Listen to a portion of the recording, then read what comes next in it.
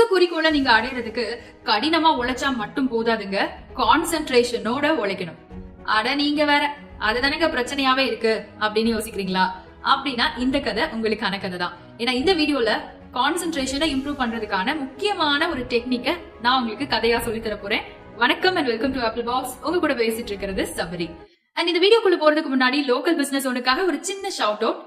ஒரு 2 மாசத்துக்கு முன்னாடி இயற்கையான வகையில தேனை சப்ளை பண்ற ஒருத்தங்களை பத்தி சொல்லியிருந்தேன், ஈகோமாம் ஹனி ப்ராடக்ட்ஸ் அப்படின்னு. நீலகிரி மலைப்பகுதிகளில் இருக்கக்கூடிய பழங்குடியினர் கிட்ட இருந்து தேனை நேரடியா வாங்கி சப்ளை பண்றாங்க அப்படின்னு அந்த இடத்துல சொல்லியிருந்தேன். உங்களை நிறைய பேர் கூட அவங்களை கான்டாக்ட் பண்ணிருக்கீங்க, தொடர்ந்து வாங்கிட்டு இருக்கீங்க. Thanks for trusting me. And இந்த தடவை அவங்க ஒரு அப்டேட் கொடுத்திருக்காங்க. இந்த சீசன்ல நீலக்குறிஞ்சி தேன், முருங்கை தேன் அப்படிங்கிற 2 ஸ்பெஷல் வெரைட்டிஸ், அதுவும் சீசனல் வெரைட்டிஸ் அவங்க கிட்ட கிடைக்குது. இது போக இன்னும் சில வெரைட்டிஸ், அதாவது எப்பவுமே கிடைக்கிற வெரைட்டிஸும் அவங்க கிட்ட இருக்குது. நீங்க ஒருவேளை இதை வாங்கணும் அப்படின்னு விரும்புறீங்கன்னா கீழே டிஸ்பிளே ஆயிருக்கிற இந்த நம்பரை கான்டாக்ட் பண்ணுங்க. ஈகோமாம் ஹனி ப்ராடக்ட் ஸ்ரீதேவி அவங்க கிட்ட டவுட்ஸ் எல்லாம் கேட்டு கிளாரிஃபை பண்ணிக்கிட்டு அதுக்கப்புறம் ஆர்டர் பிளேஸ் பண்ணுங்க. ஏன்னா நானும் இந்த மாதிரி டவுட் கேட்டுட்டு தான் ஆர்டர் பிளேஸ் பண்ணுவேன். இப்போ நம்ம கதைக்குள்ள போகலாம். ஒரு ஊர்ல தர்மதாட்சன் அப்படின்னு ஒரு அரசர் இருந்தாரு. அவரு ரொம்ப வீரம் மிகுந்த அரசர், வேட்டையாடுறதுல ஆர்வம் மிகுந்த அரசர்.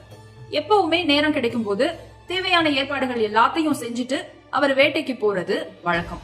அந்த மாதிரி அந்த முறை வேட்டைக்கு போயிட்டு திரும்பி வந்த சமயத்துல அவரு ரொம்பவே படபடப்பா இருந்தாரு.